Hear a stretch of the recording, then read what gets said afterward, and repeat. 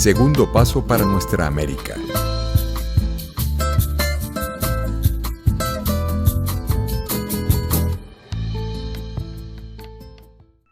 Bueno, primero, buenos días. Gracias, Ramón, y un gusto compartir con los compañeros que nos acompañan, igual que un saludo a todos que nos están viendo. Voy a partir muy rápidamente en subrayar la coincidencia con quienes me han antecedido, que esto hay que ubicarlo en el plano de la crisis civilizatoria que tenemos. Y, por supuesto, ubicarlo en el plano, en el caso desde donde estamos hablando, de la región latinoamericana, más específicamente, yo hablo desde Venezuela. Pero creo que la coincidencia en cuanto al modelo civilizatorio es sin duda el telón de fondo donde se proyecta esto. Coincido ampliamente que el problema es una crisis y que de las crisis obviamente está la oportunidad, inmensas oportunidades en proponernos realmente transformaciones profundas. Ahora, el tema de la incertidumbre, voy a ir desde lo más concreto a tratar de articular esto a este elemento colectivo. Primero, la pandemia es una experiencia, al menos en Latinoamérica, inédita para las generaciones que están en este momento vivas, pues vamos a llamarlo así. No es inédito otro fenómeno que también podrían generar y generan altísimos niveles de incertidumbre, como es la desigualdad, como es la pobreza, como es la depredación ambiental, pero como decía el profesor José Manuel, ese modelo al cual hemos legitimado de muchas maneras, se ha impuesto de muchas maneras, ha hecho que se naturalice y que se tenga una noción de certeza de una legitimación que le da un cierto sentido existencial, que puede ser muy árido desde el punto de vista espiritual, que puede ser muy árido desde el punto de vista ético, pero que sostenía, digamos, hasta este momento, una vida cotidiana que le daba la certeza de la continuidad. Y me voy a referir ya a más términos psicosociales. La psicología, por supuesto, ha hecho un abordaje del tema de la incertidumbre. Yo no lo voy a abordar desde la psicología tradicional, digamos, lo puede más bien asociar con cuadros de tipo psicológicos individuales. Hay una subjetividad trastocada que tiene que ver con la incertidumbre. Los seres humanos sí tenemos una necesidad de tener la sensación de continuidad. La ruptura de la continuidad en términos de experiencia vital es muy difícil de sostener.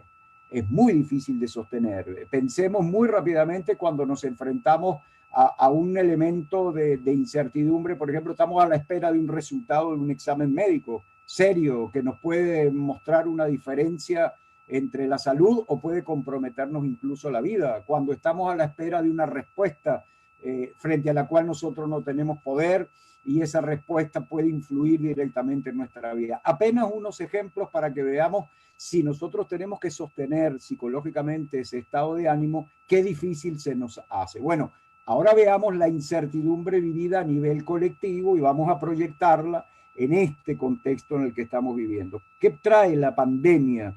Bueno, la pandemia obviamente ha traído temores. Primero el temor a la enfermedad, la incomprensión de lo que realmente estamos viviendo.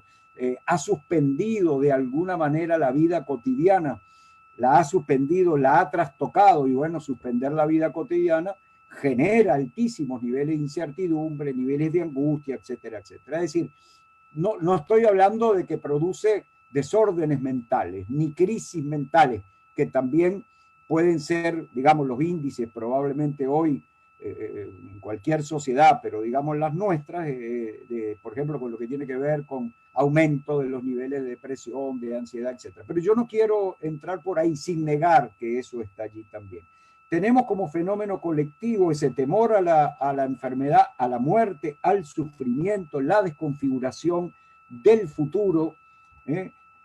Ahora, esto es paradójico en una región como la nuestra, donde la inmensa mayoría de la gente ha estado siempre sometida a condiciones de profunda exclusión, donde ha tenido que hacer verdaderos malabarismos desde el punto de vista psicosocial, mucho más desde el punto de vista ético, para poder configurar una visión de normalidad, entre comillas. Ahora vean ustedes cómo de todas maneras esto se combina un alto sentido de vulnerabilidad, porque además el poder sobre esto, en buena parte de nuestras sociedades, no está en la gente. Encontramos, que me imagino que vamos a hablar de eso un poquito más adelante, estos sistemas de salud, estos estados empobrecidos, debilitados a la luz del modelo neoliberal, y ahora estamos asistiendo muy rápidamente, todo lo que estoy diciendo, a esta verdadera, a este espectáculo dantesco de la guerra de las vacunas. Entonces, la comprensión de la vida cotidiana para el sujeto de hoy es muy difícil. Entonces, crece con ello toda la incertidumbre. Si partimos de esa microincertidumbre y vamos integrando esto a un contexto que ya de por sí es un contexto fracturado, es un contexto que de ninguna manera lo pudiéramos vivir sin hacer esos malabarismos de los que yo hablaba recién. Bueno, imaginen ustedes ahora sumándole todo esto, ¿no? Y con esta comunicación, digamos, sobresaturada, distorsionada, etcétera, etcétera. Entonces, una de las características de la incertidumbre, y ya para ir enfocando hacia el cierre, porque creo que ya se han puesto de parte de quienes me antecedieron ya bastantes elementos muy claros como para seguir avanzando. Una de las características de la incertidumbre es que la tendencia es a salir de ella rápidamente. Y esto es un elemento subjetivo, ¿no? Por cómo se hace tan difícil de tolerar y de manejar, digamos que en la experiencia individual, pero también colectiva, hay que prestarle atención a esto, porque esta tendencia puede generar, bueno, una fácil manipulación. Salir de esto a cualquier costo, y ya quienes me antecedieron alertaron sobre ese peligro. Salir de esto a cualquier costo, miren ustedes, puede significar incluso extrañar aquella normalidad perdida, normalidad que le vamos a poner entre comillas, ¿no? Esa normalidad que legitima la exclusión, la pobreza, la desigualdad, la miseria, la violencia, la depredación ambiental. Eso es lo que pudiera la sociedad estar como subjetividad colectiva extrañando, pero además lo difícil de sostener esta sensación de incertidumbre. Entonces, eso hay que prestarle atención porque nos pudiera hacer pagar el costo de una salida resignada. Es decir, una salida donde, bueno, a cualquier costo vamos a terminar con esto. Ahora, yo coincido, obviamente, en ese sentido de oportunidad y en la renovación justamente de esa fuerza creadora, que lo decía muy bien el profesor José Manuel, esa enorme potencialidad de cambio, ese despertar, que pudiéramos pensarlo así, de lo utópico, pero que al fin y al cabo era tan utópico en el 2019 como lo es hoy, y el gran valor que tenía en el 2019 antes de la pandemia lo sigue teniendo hoy, solo que ha aumentado. Yo creo que esta crisis, ojalá, como anticipaba aquella apuntes que elaboró Boaventura de Sousa Santos cuando hablaba la cruel pedagogía del virus o algo así, anticipaba ya esto, pero yo agrego, y creo que coincidimos en ello, las propuestas de cambio y de transformación no están naciendo con la pandemia. Es decir, la utopía no está naciendo con la pandemia. Nosotros tenemos que buscar esta disputa a la nueva normalidad, por llamarle de alguna manera, no solamente salir de la incertidumbre, construir a partir de la incertidumbre, construir la certidumbre en un mundo obviamente inspirado bajo otros valores, un mundo que no nos haga vivir bajo esa normalidad absolutamente falseada que exige de nosotros la transgresión no solamente del ambiente, sino de los aspectos más profundamente humanos. Entonces, bueno, con esto cierro, insistiendo nuevamente que la incertidumbre es real, que es una sensación difícil de manejar, pero que al mismo tiempo puede convertirse, o debemos ayudar a convertirlo, en una energía transformadora. Bueno, solamente para agregar algunas cosas, ¿no? Creo que hay un tema que está en principio superado fundamentalmente en el papel de las ciencias sociales, la producción del conocimiento desde las ciencias sociales, pero podríamos decir de la ciencia en general. El paradigma positivista está realmente liquidado hace mucho rato. Es decir, en términos estrictamente, por ejemplo, de concepción ontológica, concepción epistemológica y concepción metodológica, hace rato que no da cuenta que su crisis de suficiencia está desbordada por la realidad. Estoy hablando, por supuesto, de la ciencia social y más específicamente de la psicología social, pero creo que esto se puede perfectamente extrapolar. Ahora, todo esto supondría un análisis mucho más amplio, pero no me quiero ir del tema. ¿Qué pasa con la realidad social concebida, digamos, la realidad psicosocial concebida fuera del positivismo? Obviamente que es dinámica, que es compleja, esos fenómenos borrosos a los que Ramón hacía referencia no tienen encaje en una ontología como es la positivista, que plantea forzosamente la necesidad de cuantificación, de medición, el correlato de una existencia que apareja prácticamente las características de la materialidad física, y eso no es posible. No es un problema de método. La fetichización que se hizo del método experimental generó yo creo que una ilusión respecto de eso. Entonces, no hay manera de captar de esa perspectiva, de captar contradicciones, contradicciones y ambivalencias que chocan, no tienen cabida en el concepto de equilibrio, no tienen cabida en la relación causal, digamos, esa relación causa-efecto que se da como un elemento lineal. No hay manera de que una concepción como esa encaje ahí. Entonces, ¿qué pasa? Que las ciencias sociales no solamente tienen todavía este problema, cuando yo digo que, y esto no es un decreto lo que yo estoy imponiendo, sería una pretensión absolutamente desproporcionada, pero parece increíble que la crisis que dejó ya la discusión en los 60 y los 70, y que digamos que en términos de escritura parece estar liquidada, no así en la realidad. Es decir, hoy captar esas contradicciones, esa ambivalencia, esas paradojas que necesitamos captar y estudiar no parecen estar todavía en el centro. Y un momento como el que se vive, bueno, si algo nos está mostrando son ambivalencias, son contradicciones, son paradojas que si, en la medida que esto no adquiera entidad como un objeto de estudio y por supuesto al cual hay que abordarlo con una metodología congruente con esa caracterización, obviamente se hace muy difícil. Ahora, hay otro segundo elemento que también Ramón lo puso a manera de pregunta, pero yo creo que vamos a coincidir todos.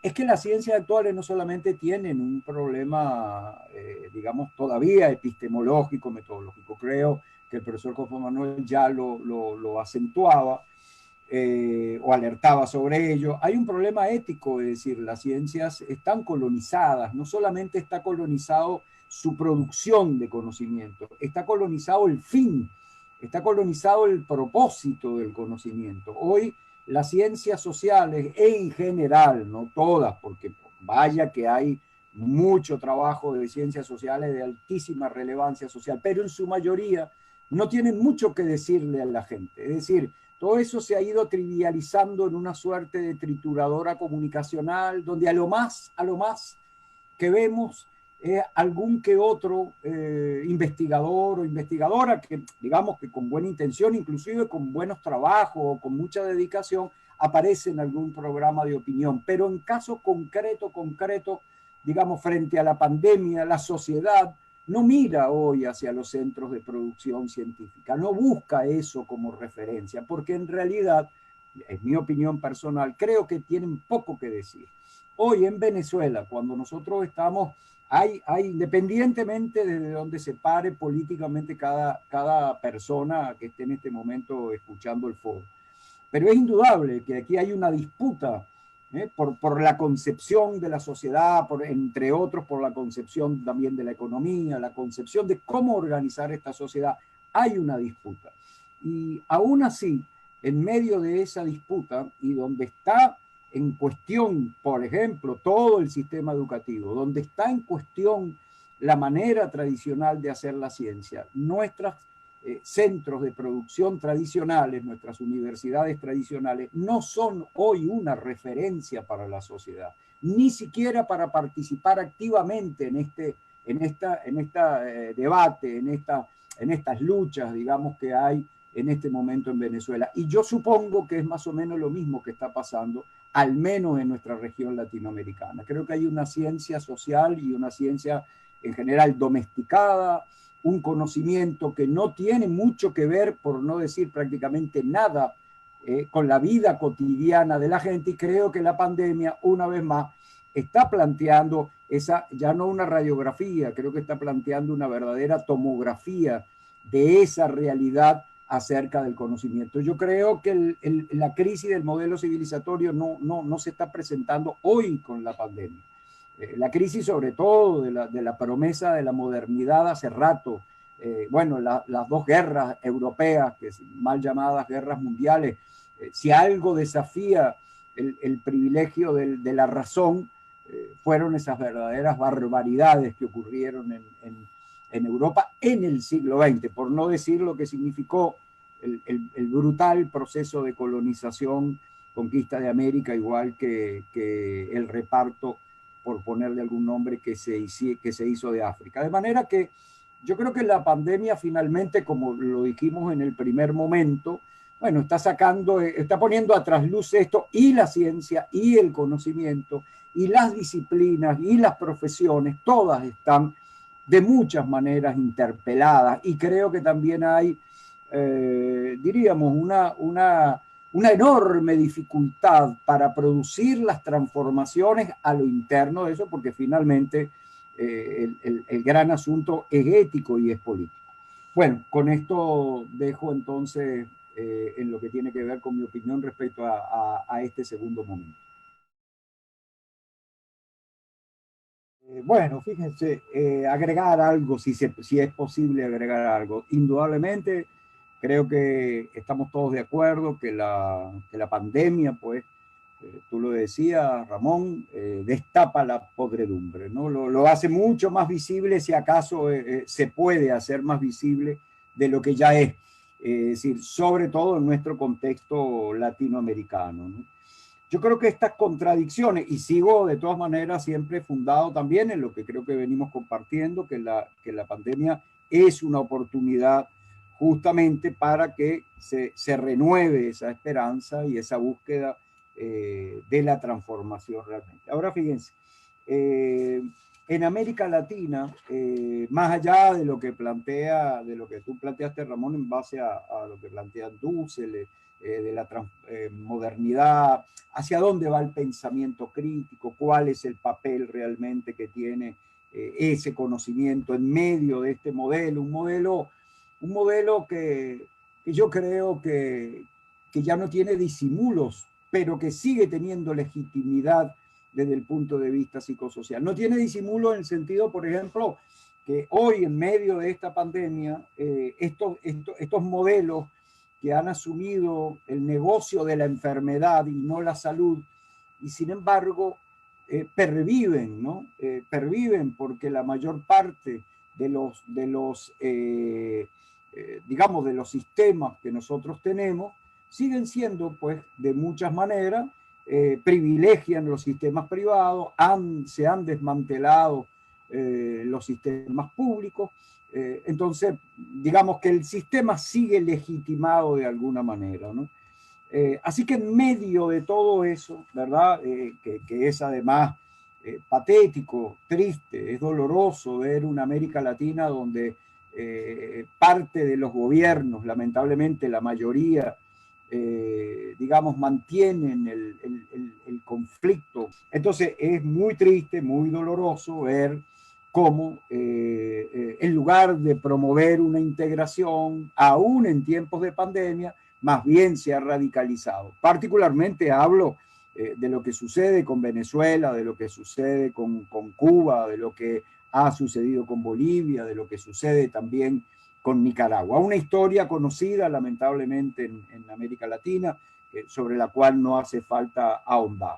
Entonces, esa falta de integración, yo diría que hay tres cosas, ¿no? Dentro de muchas, pero tres cosas. El problema de la desintegración, el problema de la alienación consumista, ¿no? Eso que ya anticipaba, bueno, se han anticipado esto de muchas maneras, pero esa crisis que ya se anticipó desde los 60, de los 70, una crisis que iba a devenir en crisis además existencial, y el problema de la colonización del cual no podemos salirnos, debemos insistir en ello, porque en estos tres elementos hay un elemento de liberación que tiene que surgir como una esperanza propiamente latinoamericana. Me voy a tratar de explicar un poco mejor al respecto. Hay una fuerza en la dignidad del que se intenta liberar, pero con conciencia, no quien quiere cambiar un rol por otro, no el que quiere abandonar el rol del oprimido para asumir el rol del opresor, sino el que auténticamente pretende, quiere, ansía y lucha por liberarse. Hay una fuerza allí, hay una potencia de dignidad que es una de las búsquedas que tiene que hacer América Latina, y que esto debe encontrar un cauce también para las ciencias sociales, un cauce también para una espiritualidad, porque también la aridez espiritual que domina este modelo civilizatorio es realmente patética también.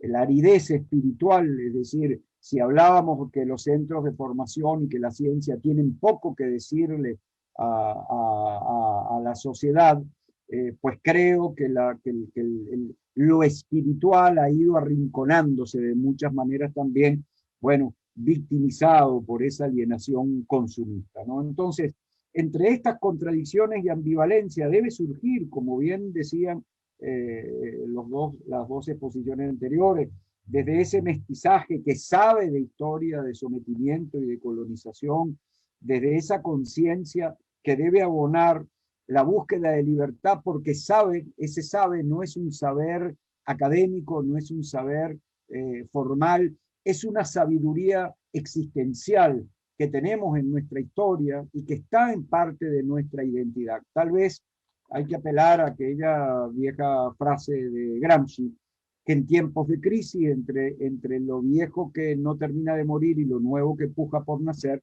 se instalan los monstruos, ¿no?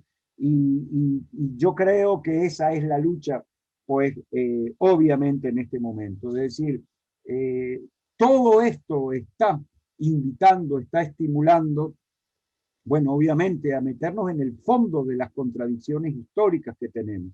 Y yo sigo insistiendo en el asunto de las ciencias sociales, porque entiendo que incertidumbre y la epistemología de la incertidumbre vuelve a poner sobre la mesa otra vez ese papel de la ciencia, que ya nos referíamos a él en el segundo momento. Creo que vamos, obviamente, y esa es la confianza y esa es la esperanza, cuando el profesor hablaba y plantea, el profesor José Manuel, el problema de la exclusión, del dominio hacia la mujer. Bueno, en América Latina nosotros tenemos una inmensa savia de sabiduría en cuanto a convivencia con la naturaleza.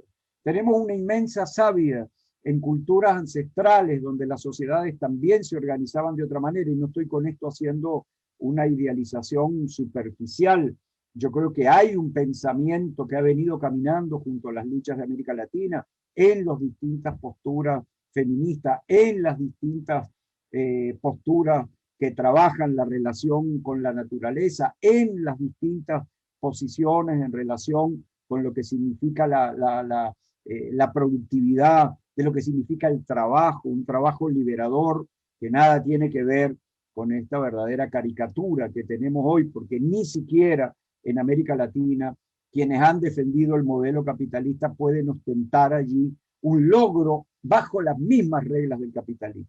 Es decir, de manera que las contradicciones que abundan deben ser también vistas a la luz de este continente de esperanza, que es a partir realmente de una experiencia existencial muy rica. Lo que pasa es que obviamente todo eso ha sido invisibilizado, y ahí la penitencia de buena parte de nuestras ciencias sociales, en particularmente la historiografía, la sociología, la propia psicología social, la antropología. Evidentemente no toda, de ninguna manera, pero es decir, toda esa tarea que se viene haciendo, yo no, de ninguna manera nosotros podemos decir que está por hacerse, no, lo que hay es que darle mucha más fuerza, es decir, las alternativas que nosotros tenemos en América Latina son realmente sólidas. Yo voy a plantear esto simplemente como un interrogante porque la verdad lo ignoro, pero yo me pregunto si hay alternativas en las sociedades europeas,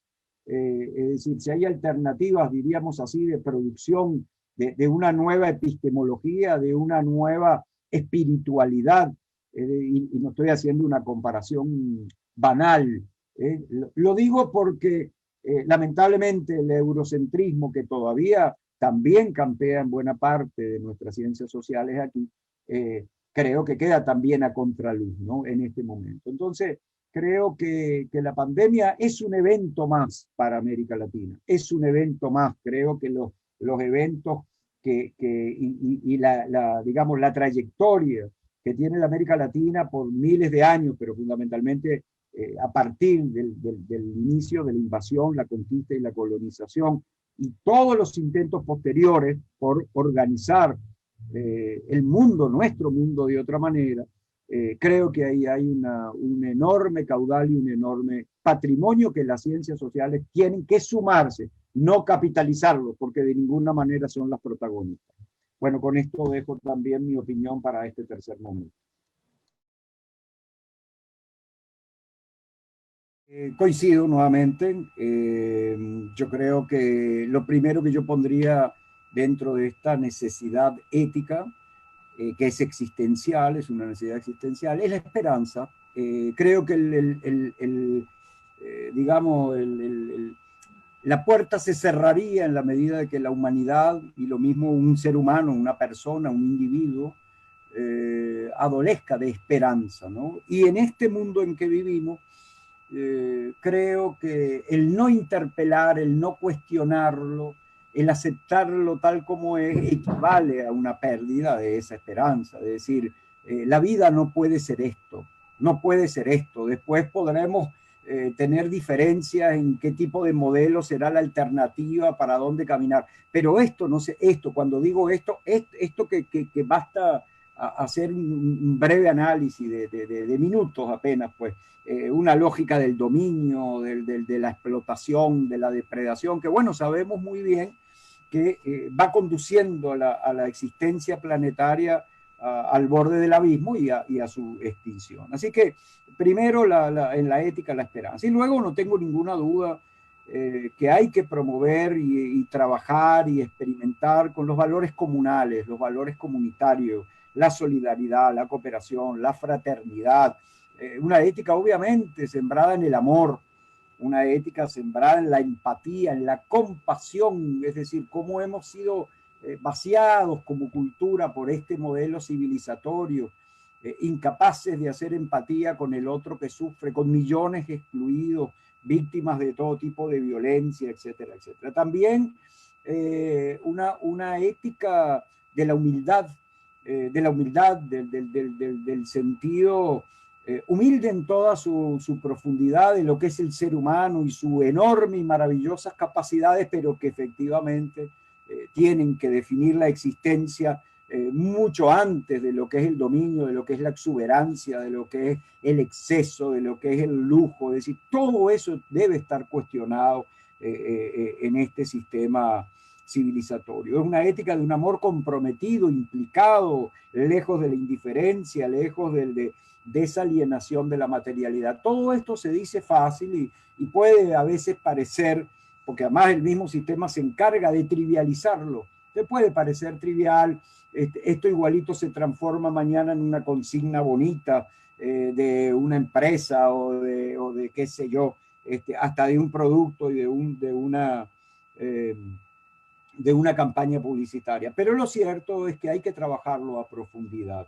Creo que hay una gran aridez espiritual, hay una gran aridez justamente ética, conceptos como calidad de vida, por ejemplo, que los asumimos acríticamente y no cuestionamos esa ética, ni la ética de la calidad de vida, ni la ética de los modelos de desarrollo, etcétera, etcétera.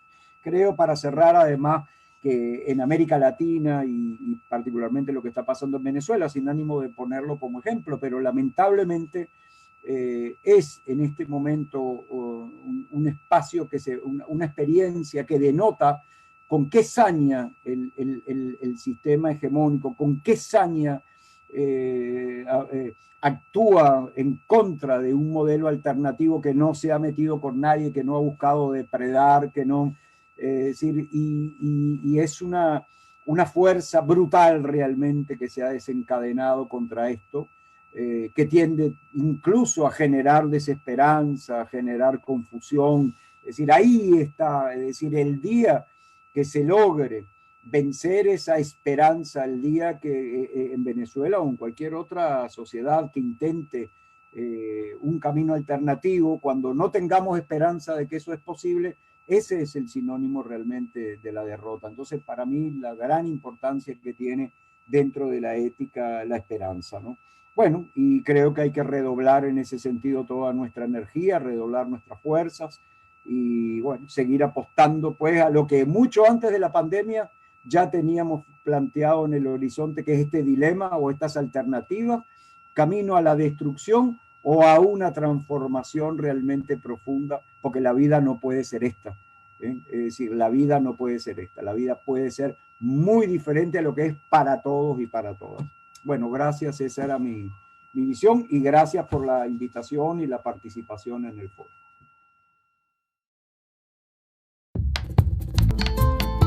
Segundo paso para nuestra América.